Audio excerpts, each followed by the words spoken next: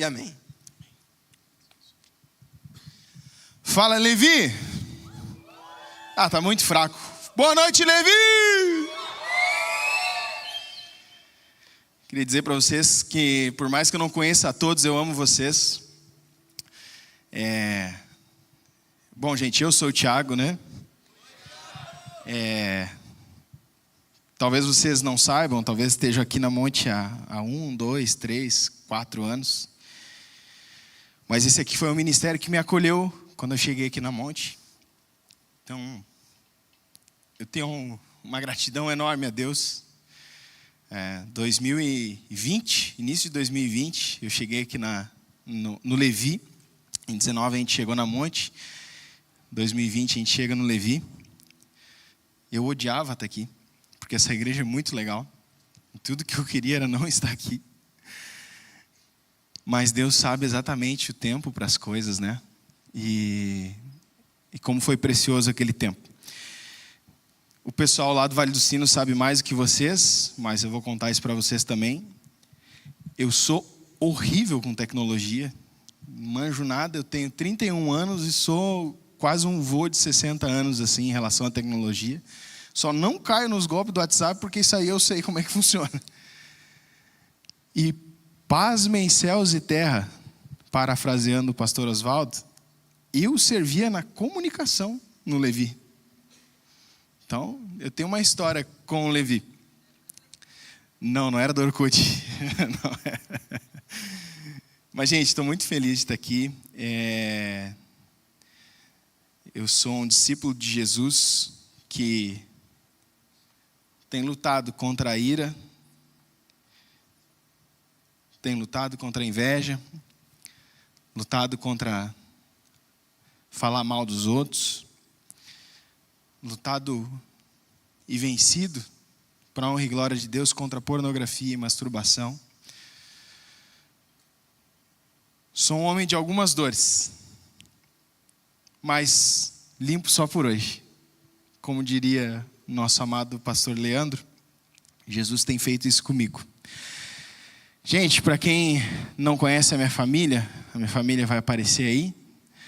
Essa é a minha família. A minha pequenininha, a Annalise, o Gabriel ali embaixo, em seu esplendor e glória. A minha amada esposa. Esse ano a gente completa 14 anos de casados. Então, se você é bom de matemática, tu vai fazer 31 menos 14, tu vai chegar no número que eu tinha quando eu casei. Então, né, se aligerem, homens, por favor. E, gente, família de 2 filhos é meio assim, tá? A foto para trazer para vocês era essa mesmo, porque não tem como tirar outra foto com 2 filhos, assim, é uma loucura o tempo todo. Então, essa aí é a melhor foto dos últimos tempos, assim. E orem pela minha pequenininha, porque ela, nesses últimos momentos agora da noite, ela começou a vomitar. Então, a Susan teve que ir embora, cuidar dela. Tem sido uma jornada bem interessante essa última semana. E eu queria partilhar com vocês algo que para mim faz parte da minha vida e eu aprendi muito disso aqui na Monte Serra. Mas antes de tudo, deixa eu tomar uma água aqui, com licença. Eu preciso afirmar isso novamente para ti. Cara, Jesus é suficiente, meu. Jesus é suficiente. Deus, Ele, na sua soberania, faz os negócios assim. Eu estava ali atrás, a Susan estava saindo para ir lá ficar com a Annalise. E aí a música que estava tocando, né? Eu confiarei. Deus sabe o que faz, né, cara? E ali eu coloquei meu coração diante do Senhor. E eu creio que o Senhor tem algo para falar com a gente, fazer com a gente, nessa noite aqui. E uma das alegrias de servir e viver Monte Serra, cara, é o DNA que nós temos como igreja. É um DNA muito profundo de vulnerabilidade e transparência. E hoje nós vamos falar sobre um tema que está muito ligado a essas duas coisas, que é a confissão. E como vocês viram, né, na foto anterior, eu tenho um filho de 4 anos que é o Gabriel. O Gabriel, ele é muito inteligente, quem convive com ele sabe o quanto esperto ele é. E o Gabriel, essa semana ele fez um negócio comigo. Ele tem as canetinhas dele, então ele brinca para cima e para baixo, eles estão trepando no sofá, ele sobe na escada, ele desce, não sei o quê. E ele riscou o sofá. E aí eu falei para o Gabriel: Gabriel, você riscou o sofá? Ele olhou nos meus olhos e falou: não. Eu falei: Gabriel. Aí ele disse: não risquei, papai. Eu disse: filho, eu sei que tu riscou. Você não acha melhor confessar? Não, eu não risquei. O fim dessa história foi uma boa conversa e um bom tempo de correção. Mas o que eu quero dizer para vocês é que a gente tem muita dificuldade de confessar as coisas. E um dos porquês é porque o orgulho nos envolve. E nós achamos que tem coisa que não precisa ser confessada. No caso do Gabriel, é porque o meu sofá já está todo riscado mesmo. Então, tipo assim, é mais um risco, cara. Mas eu, como pai, tenho o dever de instruir o meu filho. Mas a pergunta que eu quero fazer para nós, a reflexão que eu quero deixar agora no início é a seguinte: a gente tem vivido esse período de vulnerabilidade, de transparência aqui, confessando os nossos pecados. Mas será que isso não é só aparência, Levi? Será que isso não tem só sido o modo operante que nós temos vivido aqui como igreja? Aqui todo mundo é vulnerável, todo mundo é transparente, né? Eu falo dos meus pecados, é tão bom, né? E realmente é maravilhoso estar aqui no meio, a gente pode falar abertamente daquilo que nós vivemos, daquilo que nós lutamos.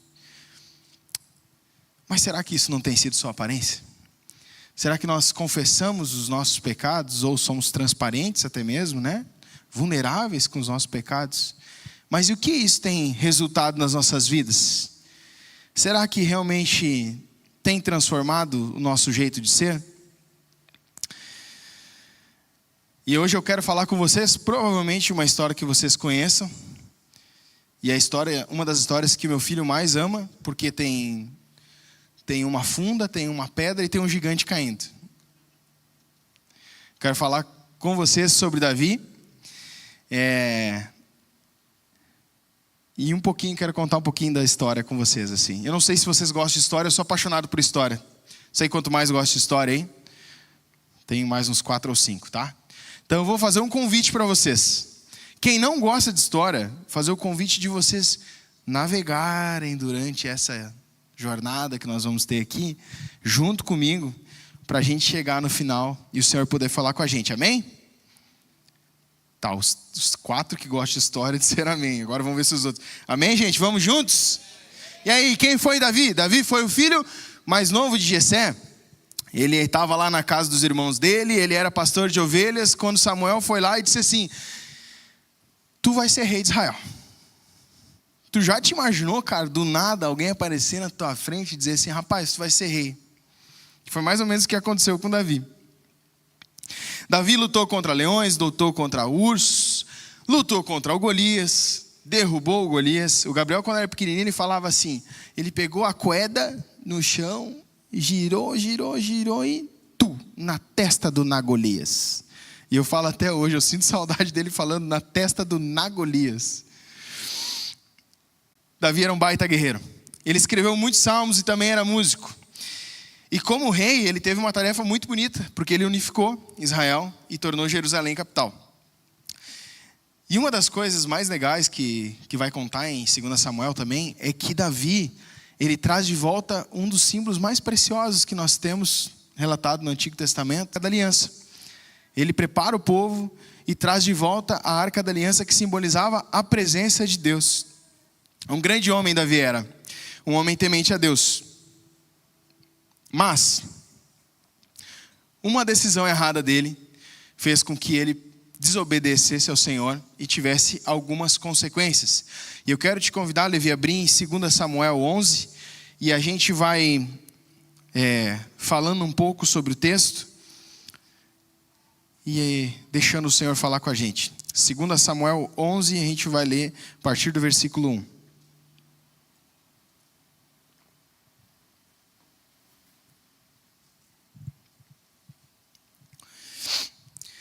Assim diz lá no versículo 1.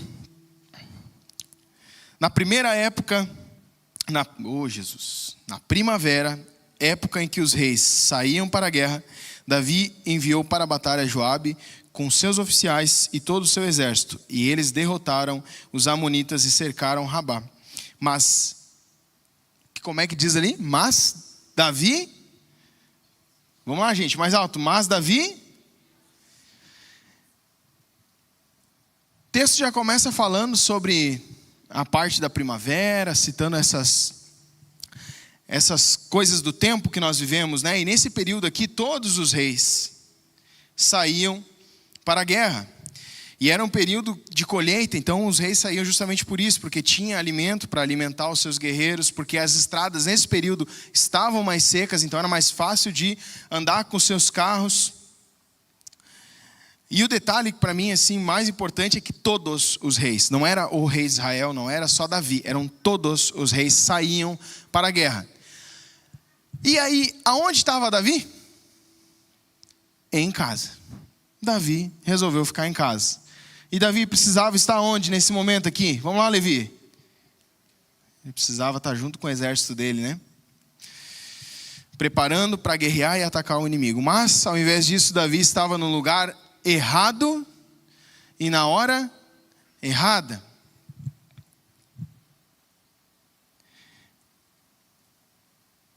E a grande questão que fica para nós, Levi, na nossa jornada de vida, é que nós podemos fazer um monte de coisa, mas pode ser que uma decisão nossa nos faça viver exatamente o que Davi viveu aqui, de estar no lugar errado, na hora errada. E a pergunta que eu quero te fazer, Levi, é onde você se encontra hoje? Será que você está no lugar onde Deus te chamou realmente para você estar? Será que você está vivendo aquilo que o Senhor te chamou para viver? Ou você, como Davi, está no lugar errado? Em vez de você estar se preparando para uma batalha, para uma guerra, você está num lugar de descanso, num lugar onde você repousa a sua cabeça. No versículo 2 vai falar assim: ele fixou os seus olhos no lugar errado. Versículo 2: uma tarde Davi levantou-se da cama e foi passear pelo palácio. E no terraço viu uma mulher muito bonita tomando banho. Quando estamos num lugar onde não deveríamos, aonde Deus não nos chamou para estar, certamente os nossos olhos serão chamados para distração. Aqui Davi estava tranquilo em casa, e o contexto, se tu vai ler os capítulos anteriores, foram de várias vitórias do povo de Israel. Eles venceram os filisteus, eles venceram os amonitas, estavam conquistando o território de volta. Mas Davi, nesse momento, ele baixa a guarda, e um homem que estava pronto para o combate, treinado para enfrentar os piores inimigos, treinado para enxergar de longe a armadilha do inimigo, esse homem é vencido pelo seu olhar e pelo seu desejo. E na nossa jornada de vida, nós vamos viver alguns momentos aonde a gente vai ter uma escolha a fazer. E essa escolha ela vai ser muito clara assim. Vamos fixar os nossos olhos aonde? Vamos fixar os nossos olhos no Senhor ou vamos fixar os nossos olhos na distração? Eu fui criado em igreja pentecostal. Então, para mim, falar bem calminho do jeito que eu estou falando com vocês aqui, foi assim, um tratamento muito longo, muito tranquilo, vários tempos, porque eu provavelmente estaria falando de outra forma aqui com vocês. Inclusive, agora me segurei para não fazer exatamente como eu falaria. E uma das coisas que eu aprendi na minha vida é que eu não precisava errar. Ou melhor, eu não podia errar. Porque eu era filho de Deus, e como eu era filho de Deus, eu não podia errar. Fui criado pelos meus pais para não ter erro e ser imparável. Não sei, é uma das coisas que eu preciso melhorar muito na minha vida. Mas eu olho muito rios de Instagram. E aí tem agora o pastor Marreta. Não sei se vocês viram esse cara. Caçador de demônio. Era tipo isso assim. O meu treinamento era isso. A vida toda eu fui treinado para ser um caçador das coisas que desagradavam a Deus. Os meus pais me criaram dessa forma. A cultura que eu fui criado era assim. Mas eu não fui criado para enfrentar alguns problemas que viriam ao natural. E uma das coisas que chegou na minha vida muito cedo foi a pornografia. E eu tinha uma escolha. Eu tive um amigo que veio me apresentar e eu tinha uma escolha. Eu podia ter dito para ele: meu amigo, obrigado, não quero. Mas os meus olhos se fixaram na distração, naquilo que parecia novo. E a curiosidade bateu no meu coração e os meus olhos se fixaram lá. Ali eu fui pego pelos meus desejos e pelo meu olhar. O pecado, ele bate a porta até mesmo daqueles que estão muito preparados. Davi estava preparado para enfrentar qualquer coisa que aparecesse na frente dele. Qualquer inimigo que aparecesse na frente dele, treinado, preparado, cara que pegou, lutou com o leão, que lutou com o urso, com o leão, que lutou com o urso, venceu coisa, venceu outra, de volta. Mas mesmo assim, ele não manteve os olhos fixos, ele não manteve os olhos fixos no Senhor. E se fixou naquilo para ele. Distração para ele. Hebreus 2 vai falar na parte atos fitos em Jesus, olhos autores ao nossa fé. Nós não podemos de forma alguma olhar para o lado. Davi tomou uma decisão de permanecer em casa. E talvez em casa. E talvez a decisão é muito simples. Muito tranquilo, muito simples. Muito tranquilo. Mas eu vou ficar hoje em casa. Na real, eu vou no Levi. Não vou no Levi. Hoje eu vou ficar em casa. Na real, hoje eu vou ficar em casa cansado. Sou universitário, pago mais contas, base, meus boletos. Eu estou muito cansado. E muitas vezes nossas decisões faz com que se nos trairmos daquilo que o Senhor nos chama, daquilo que o Senhor nos chamou para viver. E o versículo vai procurar saber quem era, e disseram-lhe: Batseba, filha de Batseba e filha de Urias, e a mulher de Urias. Versículo 4, Davi mandou ela trouxesse e se deitou ela com ela, que havia acabado de se purificar e depois voltou para sua casa. Versículo 5 no versículo 5, a mulher vai falar: a mulher engravidou, a Davi mandou o que estava, Davi disse: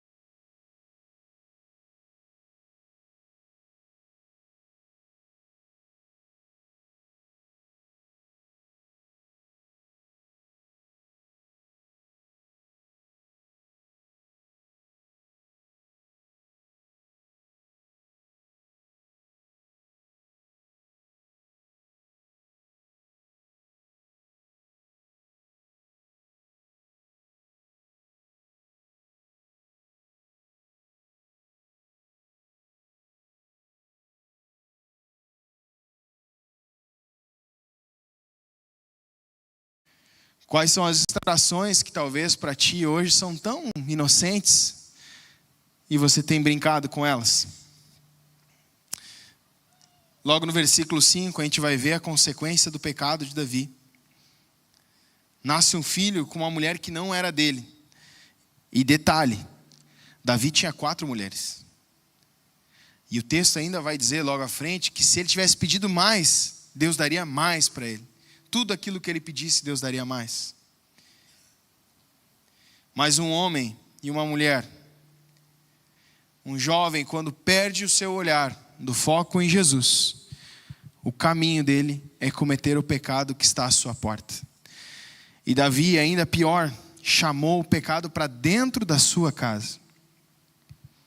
E o que hoje a gente tem colocado para dentro da nossa casa, gente?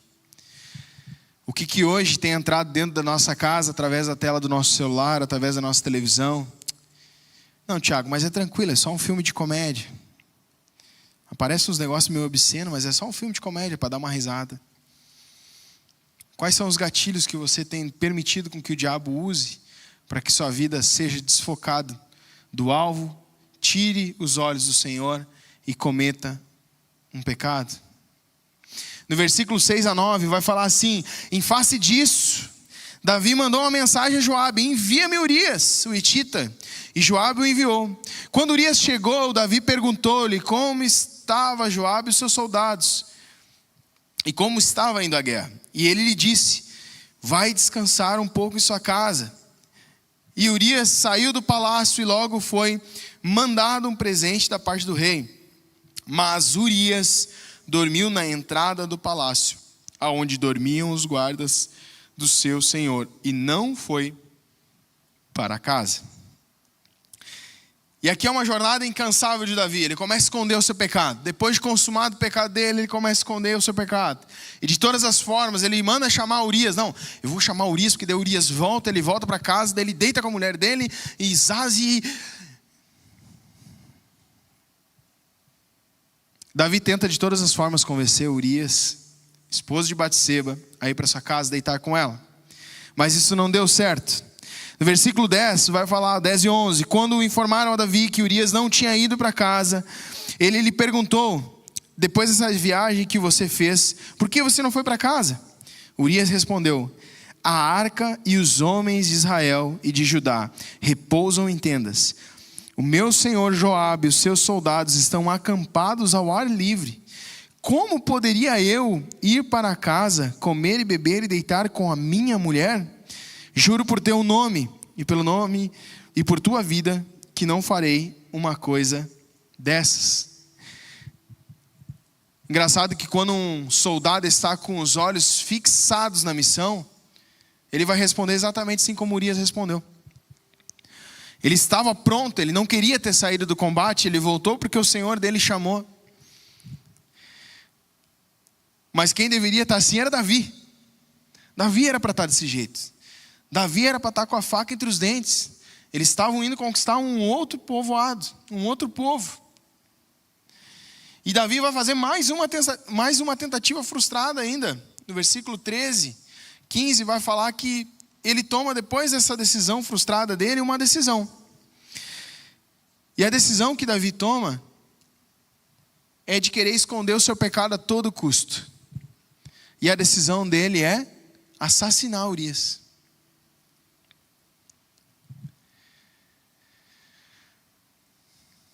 Quantos de nós aqui temos tentado esconder ou omitir o nosso pecado?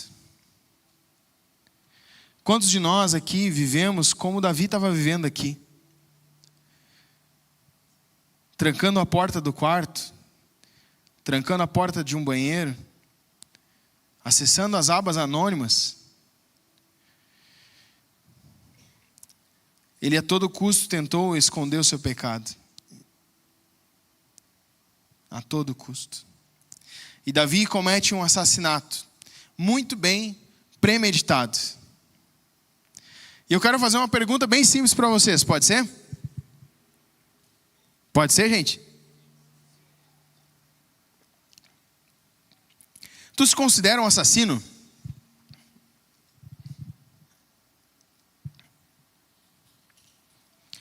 Por enquanto estou preocupado, ninguém falou nada, né? Então, estou preocupado. Mas será que a gente não é um assassino?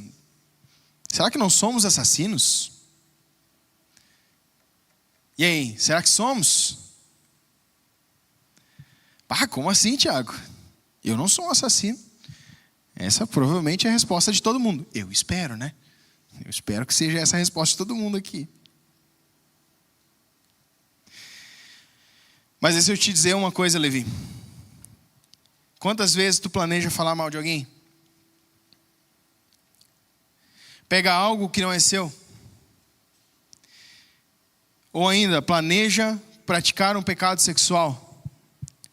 Você consegue se encaixar em alguma dessas perguntas aqui?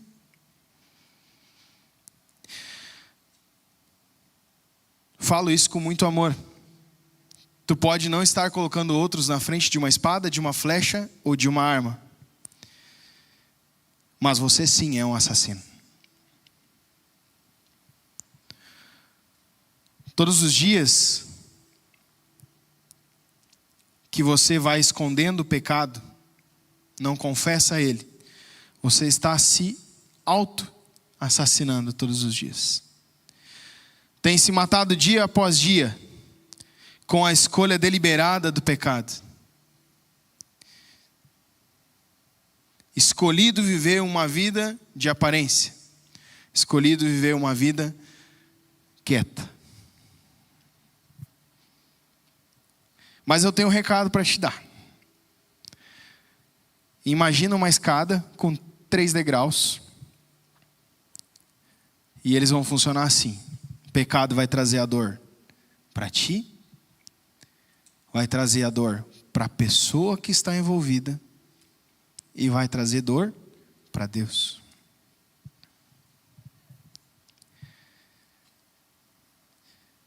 E talvez você está ouvindo essa fala hoje minha aqui, está dizendo, na real eu já ouvi várias vezes coisas sobre pecado, já ouvi sobre confissão, e nada faz sentido para mim. A única coisa que eu tenho para te dizer é cuidado para ti que pensa que está de pé. A palavra do Senhor, ela é fiel e ela revela coisas que estão ocultas na nossa vida. E é isso que Hebreus vai falar no capítulo 4, versículo 13. Nada em toda a criação está oculto aos olhos de Deus. Tudo, porém, está descoberto, exposto diante dos seus olhos, a quem nós havemos de prestar contas. Gente, eu sempre tive um sonho de casar. Quem é que tem sonho de casar, é solteiro, tem sonho de casar aqui? Levanta a mão.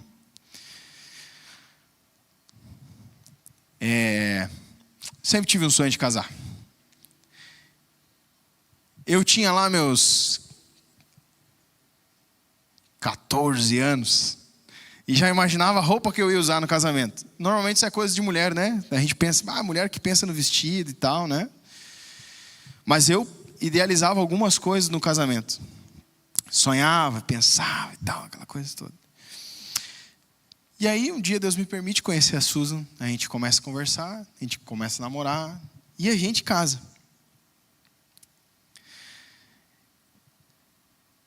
Mas antes de eu chegar a esse momento do ápice da realização de um sonho, de um casamento,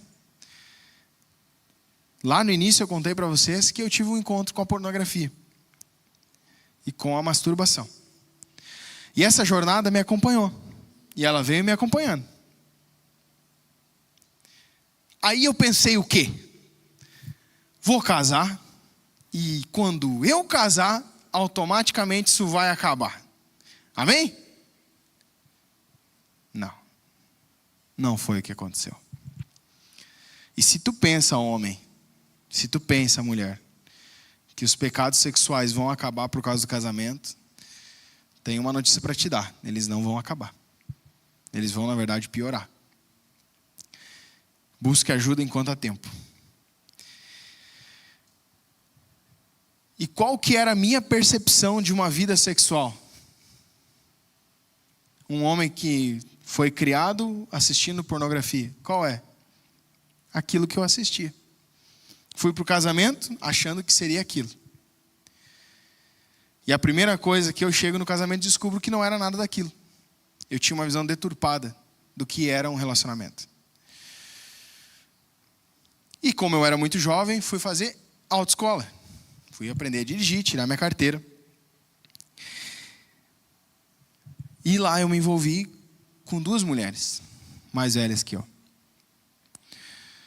Sim, eu traí minha esposa. E como o texto de Hebreus fala, nada em toda a sua criação fica encoberto. Nada, absolutamente nada. E Samuel, capítulo 12, vai falar que Natã encontra Davi. E o profeta Natã encontra Davi e vai falar sobre o pecado de Davi. Aqui se passou mais ou menos 1 ano do pecado de Davi até o encontro de Natã. E o texto vai narrar isso, sobre como Davi é confrontado por Natã. Davi já estava completamente esquecido, talvez, do seu pecado, cauterizado do seu pecado. Mas Deus, ele usa os seus profetas e as pessoas cheias do seu espírito para anunciar através do seu amor a verdade que precisa chegar aos nossos corações. O amor de Deus, ele nos constrange, Levi. E por mais que a gente viva uma vida de pecado, ainda assim, o desejo de Deus é nos alcançar. Eu lembro de toda a história da infidelidade, com detalhes, que eu cometi com a Susan. E eu lembro que quando eu saía, eu chegava na casa do meu irmão, eu passava na casa do meu irmão e falava: meu, tu me encobre qualquer coisa, se alguém me perguntar de mim, eu tô aqui. E se alguém quiser vir aqui, não deixa entrar. Mas eu tô contigo. Eu tô aí. E num desses dias, eu decidi que eu ia me separar da Susan. Então aquele dia eu tinha que consumar tudo aquilo que eu estava fazendo já. Eu saí, peguei meu Chevette que eu tinha na época, não tinha carteira, fui, dei uma volta numa cidade, fiz mais umas bobagens lá, voltei e fui atrás da mulher que eu estava me relacionando, por fora do meu casamento. Chego lá, e aí eu digo para ela: vamos agora para um motel? E ela olha para mim, sabe o que ela disse?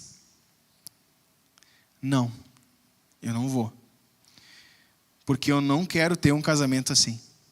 E se eu fizer isso para ela, um dia provavelmente eu vou viver isso na minha vida também.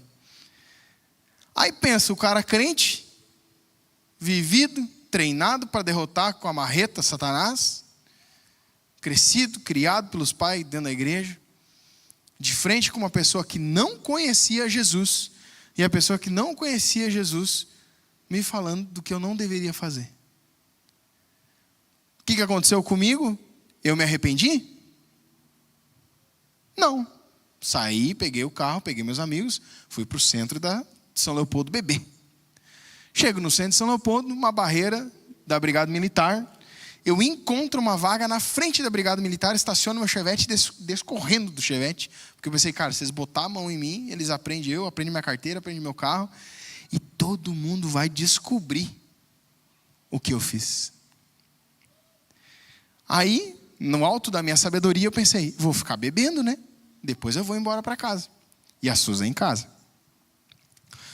Nosso relacionamento já estava com alguns problemas, algumas dificuldades, e a gente estava vivendo um BO gigantesco na nossa vida, assim, no relacionamento. E eu lembro que eu sento naquele bar, tô tomando uma cerveja com os amigos, conversando e tal. Aí eu pensei, cara, vou chamar meu amigo. Eu tenho um amigo que era meu padrinho de casamento. Vou chamar o Negão Josué. Vou dizer pro Negão, Negão, me busca, dá a volta na quadra, eu entro, nós embarcamos e tu me larga, eu te largo em casa e eu vou para casa. Aham, bem certinho. Peguei meu telefone e liguei para ele. Fala, Negão, tudo bem? Ele disse, fala, Eduardo Leite.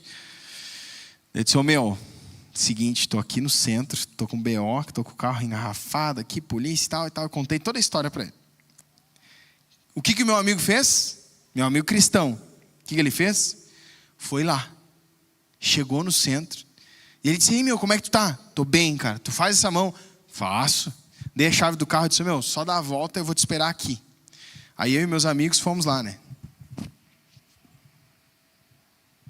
10, 15, 20, 30. Bah, quando deu 1 hora eu liguei para ele. Bah, Negão, mas era 1 quadra, onde é que tu foi? Tu foi pra praia? Ele disse, eu tô onde tu deveria estar. Eu estou em casa. Tá, mas agora como é que eu vou voltar para casa? Te vira. Tu foi homem para fazer, agora seja homem para assumir. Então tá. Galo sou eu, liguei pro meu pai. Pai, tô aqui no centro, me busca. Cadê teu carro? Te conto no caminho. Vai meu pai me buscar. Larga os outros amigos meus na casa deles. E no carro meu pai vem me dizendo, o que tu está fazendo da tua vida, Tiago? Tu está destruindo o teu casamento, cara. Tu casou ontem, cara. O que tu está fazendo, cara? Não foi para isso que nós te criamos, meu. O que tu está fazendo? Vira homem, cara. Deixa de ser guri.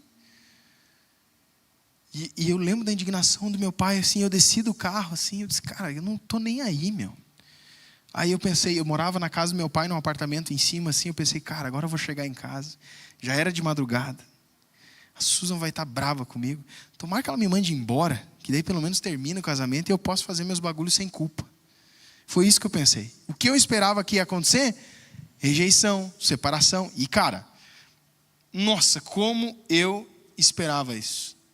Esperava muito isso.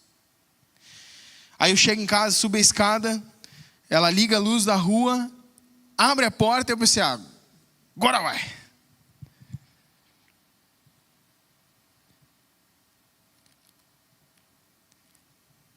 Ela vem, me abraça, olha no meu olho e diz assim: eu te amo e eu acredito no nosso casamento e eu não vou desistir de ti.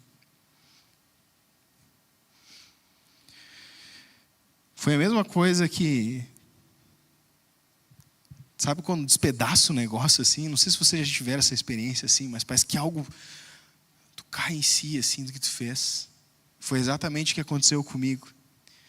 Eu caí em si. As escamas do pecado caíram na hora, cara. Eu disse, cara, o que eu estou fazendo, cara? A mulher da minha mocidade, cara. A mulher que eu amo, cara. Eu escolhi casar com ela, eu quero ter filho com ela. Eu estava falando hoje para os guris lá. Eu tenho uma história no PV com a Susan. E aí eu estava falando da história. Cara, o que eu estou fazendo, cara? Eu vivi coisas muito profundas com a minha esposa. Lá no PV, Deus usou uma pessoa para falar em formas separadas com a gente, mas a mesma coisa sobre a nossa vida. O que eu estou fazendo, cara? E naquela porta veio o arrependimento ao meu coração, de tudo que eu estava fazendo. E foi exatamente o que aconteceu com Davi no texto. Ele foi confrontado em amor por Deus, e quando nós somos confrontados pelo amor de Deus, não existe pecado que resista, gente. Não existe. Porque o amor de Deus, ele é muito profundo. Salmo 51 vai falar sobre esse encontro que Davi teve com esse amor transformador, quando Natã o confronta. E ele fala assim: tem misericórdia de mim, ó Deus, conforme o teu amor leal, conforme a tua grande compaixão, apaga as minhas transgressões, lava-me de toda a minha iniquidade e purifica-me do meu pecado. Pois eu mesmo reconheço as minhas transgressões e o meu pecado está sempre diante de mim. Contra ti, somente contra ti pequei e fiz o que era mal aos teus olhos, de modo que justa é a tua sentença e irrepreensível é o teu julgamento. No versículo 9 do capítulo 51 vai continuar falando: esconde o rosto dos meus pecados e apaga as minhas iniquidades. Cria em mim, ó Deus, um coração puro e renova dentro de mim um espírito estável. Não me expulse da tua presença e não tires de mim o teu Santo Espírito. Devolve-me a alegria da tua salvação e sustenta-me com o espírito pronto a obedecer. E o versículo 16 e 17 vai falar: não tens prazer em sacrifícios, senão eu os traria. Nem te agradas em holocaustos. Os sacrifícios que agradam a Deus são um espírito quebrantado, um coração quebrantado e contrito. Ó Deus, não desprezarás. O encontro com a verdade revela a podridão do pecado que está envolvido no nosso coração por causa do orgulho. Versículo 13 e 14 de 2 Samuel 12 vai falar: Davi disse a Natã: pequei contra o Senhor. E Natã respondeu: o Senhor perdoou o seu pecado. Você não morrerá. Entretanto, uma vez que você insultou o Senhor, o menino morrerá.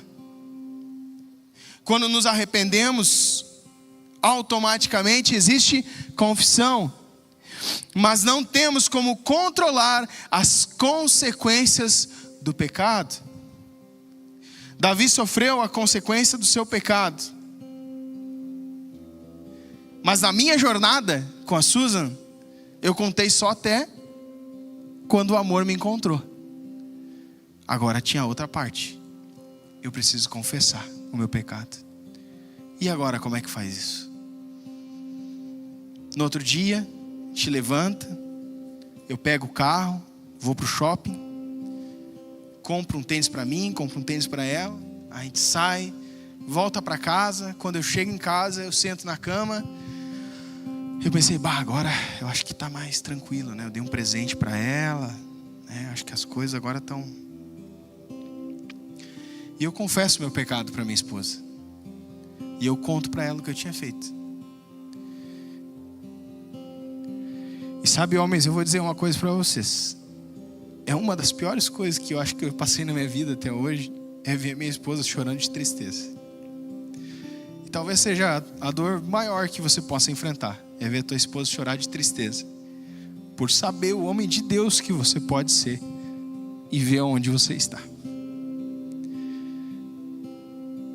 E a Susan começa a chorar compulsivamente, e o pedido dela para mim é: me leve embora, eu quero ir para os meus pais. Aí eu insisto um pouco com ela, e ainda assim ela quer permanecer. E nessa decisão a gente vai, entra no carro e eu tô levando ela. E a desgraça do pecado é terrível, gente. Enquanto eu levava ela, eu pensava, cara, se isso realmente acontecer, eu já sei o que eu vou fazer depois. E aí chegou num lugar lá de São Leopoldo, o Espírito falou comigo: pergunta para ela se realmente é isso que ela quer fazer. E eu pergunto para Susan: tu tem certeza que é isso que você quer fazer? E ela olha para mim e diz: não, vamos voltar. E eu volto, dou a meia volta e volto para casa com ela. Que bom que ela disse isso. Passaram-se algum tempo já dessa história. São 13 anos. E Deus tem restaurado o nosso casamento, dia após dia. Cada vez que a gente senta para ter uma conversa necessária, lá o amor de Jesus se revela também, trazendo transformação e restauração. Mas não foi fácil, gente. Teve alguns momentos que foram bem difíceis. Mas eu quero celebrar com vocês, porque essa foto que eu mostrei no início ali, o Senhor me fez lembrar, cara, você não ia viver isso aí, meu. Você não ia viver. Você não ia viver. O que seria de mim se eu não tivesse vivido isso, cara? Que homem miserável, cara. Como eu deixei o pecado tomar conta do meu coração, a ponto de eu não perceber, mano, o que estava acontecendo.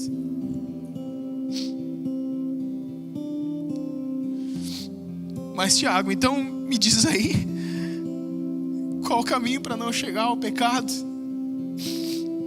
Existe um caminho de santidade, gente, e esse caminho é através do Senhor que a gente pode viver.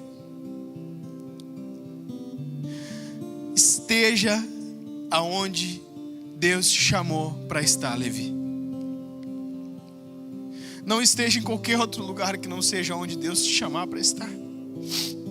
Em Atos 1, versículo 4 vai falar: certa ocasião, enquanto eles comiam, Jesus deu essa ordem a eles: não saiam de Jerusalém, mas esperem pela promessa do meu Pai, a qual eu falei para vocês. E no capítulo 2 de Atos vai falar um texto que vocês já conhecem, e a gente poderia citar ele junto. Quando chegou o dia de Pentecostes, estavam todos reunidos no mesmo lugar. Aonde Jesus mandou eles ficarem? Não saiam de Jerusalém. Aonde eles estavam? Em Jerusalém. E o que aconteceu? A promessa do Senhor se cumpre sobre a vida deles. Estavam todos reunidos num só lugar. De repente veio do céu um som como de um vento impetuoso, muito forte, e encheu aquela casa. Quando nós ficamos no lugar onde Deus nos ordenou ficar, a promessa do Senhor é cumprida. Glória a Deus, eu fiquei no meu casamento, cara. Eu tenho filhos, eu sonhava isso com a minha esposa quando a gente era casal de namorado. Mano, eu quero ter um casal de filhos. Aí eu tenho uns roentinhos agora, cara. Tenho a Annalisa, tenho o Gabriel, que bom que eu fiquei onde o Senhor me mandou ficar, porque a misericórdia dele me alcançou. Fixe os olhos no Senhor, entregue a Ele suas lutas diariamente. Hebreus 12, 1 e 2 vai falar: portanto, também vós, uma vez que estamos rodeados por tão grande nuvem de testemunha, livremo-nos de tudo que nos atrapalha e do pecado que nos envolve, e corramos com perseverança a corrida proposta a nós, tendo os olhos fixos em Jesus, autor e consumador da nossa fé. Fixe os seus olhos no Senhor. Corra com rapidez, com diligência, não pare. Não pare enquanto os pecados estão à tua volta. Não pare de correr em direção ao Senhor. Não pare de correr em direção ao alvo que é Cristo. Não pare. Arranque da sua vida aquilo que hoje te atrapalha de viver com o Senhor. Fixe os seus olhos nele. Aproxime-se do Senhor. Aproxime-se de Deus. Tiago 4, 8 e 10 vai falar: aproxime-se de Deus e Ele aproximará de vocês. Pecadores, limpem as mãos, e vocês que têm a mente dividida, purifiquem o coração. Entristeçam-se, lamentem-se e chorem. Troquem o riso de vocês por lamento e a alegria por tristeza. Humilhem-se diante do Senhor e Ele vos exaltará. E por último, confesse a tentação antes do pecado.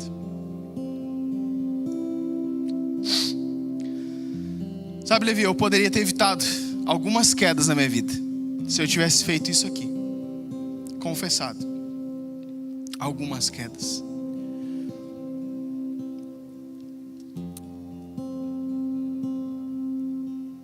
Há 3 semanas atrás, eu fui comprar produto químico para botar na minha piscina. E uma mulher muito bonita me atendeu. Muito bonita. E eu pequei violentamente nos meus pensamentos. E a primeira coisa que eu cheguei em casa, eu sentei na mesa e eu falei: amor, tu não vai gostar de ouvir o que eu tenho para te falar, mas diante de Deus eu preciso te pedir perdão, porque eu pequei. Eu pequei. E vou te dizer mais: o meu coração está inclinado a continuar. Sabe o que aconteceu? Minha esposa me perdoou. A gente orou junto. E Tiago 5, 15 e 16 vai falar: a oração feita com fé curará o doente, e o Senhor o levantará. Além disso, se houver cometido pecados, ele será perdoado. Portanto, confessem os seus pecados uns aos outros e orem uns pelos outros para serem curados. A oração de um justo é poderosa e eficaz. O chamado para ti e para mim hoje, Levi, é um chamado de arrependimento. É um chamado a gente confessar os nossos pecados diante do Senhor. Confessar as tentações. Talvez hoje a tua luta seja os pensamentos. Você se sente tentado a fazer algo. Mas não espere chegar nesse estado aqui, ó. Enquanto eu me calei, os meus ossos definharam, como os meus gemidos o dia todo, pois de dia e de noite a tua mão pesava sobre mim. As minhas forças foram se esgotando como na seca do verão. Então reconheci diante de ti o meu pecado e não encobri a minha iniquidade. Eu disse: confessarei as minhas transgressões ao Senhor, e tu me perdoaste. E o início do texto fala, o versículo 1 do capítulo 32 de Salmos: bem-aventurado aqueles cujas suas transgressões são perdoados e cujos seus pecados são cobertos. Bem-aventurado aquele a quem o Senhor não atribui pecado e cujo espírito não há engano. Feliz é aquele que confessa diante do Senhor. Feliz é aquele que diante de Deus entrega os seus pecados e as suas tentações.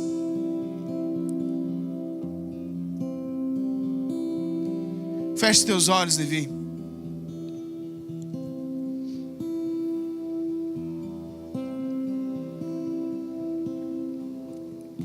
O chamado do Senhor para nós hoje é que a gente não perca tempo. Não perca tempo, Levi. Te lança aos pés de Cristo. Voltemos ao início. Volte ao início, Levi. Voltemos ao princípio, onde tudo era simples, onde tudo era belo. Voltemos ao início, voltemos ao princípio, onde tudo era simples, onde tudo era belo. Volte ao início, Levi, aonde as lágrimas caíam facilmente. Lá no teu primeiro encontro, volte para esse lugar. Apocalipse 2:4 vai falar que tenho contra ti que deixaste o primeiro amor. Mas lembre-se de onde caiu, arrependa-se, pratique as boas obras. Lembre-se de onde caiu, Levi. E eu te convido, se nesse tempo agora tu pode ficar de pé e vir aqui na frente e entregar para o Senhor, só vem, Levi, só vem. Lembra de onde tu caíste e vem correndo, Levi. Vem correndo aqui na frente e faz esse voto com o Senhor. Entrega o teu coração diante dele, sem vergonha, Levi, sem vergonha. Não perca tempo, o Senhor está aqui para te trazer perdão, para te trazer alívio. Voltemos ao princípio, onde tudo era simples, onde tudo era belo. Voltemos ao início, voltemos ao princípio, onde tudo era simples, onde tudo era belo. Voltemos ao início, voltemos ao princípio, onde tudo era simples, onde tudo era belo. Leva-nos de volta ao primeiro amor, leva-nos de volta ao primeiro amor, leva-nos de volta ao primeiro amor, leva-nos de volta ao primeiro amor, leva-nos de volta ao primeiro amor, leva-nos de volta ao primeiro amor, leva-nos de volta ao primeiro amor, leva-nos de volta ao primeiro amor, leva-nos de volta ao primeiro amor, leva-nos de volta ao primeiro amor, leva-nos de volta ao primeiro amor, leva-nos de volta ao primeiro amor. Nós iremos contigo, amado amigo, retornaremos ao lugar que pertencemos. Nós iremos contigo, amado amigo, retornaremos ao lugar que pertencemos. Nós iremos contigo, amado amigo, retornaremos ao lugar que pertencemos. Nós iremos contigo, amado amigo, retornaremos ao lugar que pertencemos. Senhor Jesus, nós oramos, ó Pai. Eu oro por cada um aqui, Jesus, que está com seu coração rendido aqui, Pai, de joelhos diante da Tua presença, Pai. Eu oro também por aqueles, Jesus, que estão ali sentados, ó Pai, mas também com o coração quebrantados, ó Pai. O coração quebrantado, o Senhor não despreza, Senhor. E eu clamo aqui em nome de Jesus, Pai. Da mesma forma que esse amor me encontrou, Deus, através, ó Deus, da minha esposa, ó Pai, através, ó Pai, daquele meu amigo que falou uma verdade em amor para mim, Pai. Que essa palavra hoje penetre no coração, ó Pai, de cada um aqui, Jesus, e gere frutos de arrependimento, Senhor. Deus, que a confissão venha seguida do arrependimento, Jesus. Deus, que nós não venhamos, ó Pai, a nos acostumar a viver uma vida fria, Senhor Jesus, mas que nós venhamos, ó Deus, todos os dias nos voltar para Ti, voltar para o primeiro amor, Senhor. Que o nosso coração se desperte, que a nossa mente seja liberta, Pai, e que nós venhamos a viver a plenitude da graça do Senhor. Deus, nos ajuda, Pai, a viver uma vida de entrega, uma vida de liberdade, aonde as coisas são simples, Pai. Retira a acusação da mente e do coração, Senhor. Oh, Santo Espírito, essa é a minha oração, Pai. Constrange, Senhor Jesus, a gente, ó Pai, que sejam lágrimas que venham no nosso rosto, Jesus, de arrependimento. Que todos os dias, ó Pai Santo, nós venhamos a nos dobrar diante de Ti. Que não haja soberba, Pai, que não haja orgulho. Deus, que todas as mentiras caiam por terra, Pai. E nos leva, Jesus, ao primeiro amor, Pai. Nós iremos contigo, Pai. Nós iremos contigo, Senhor.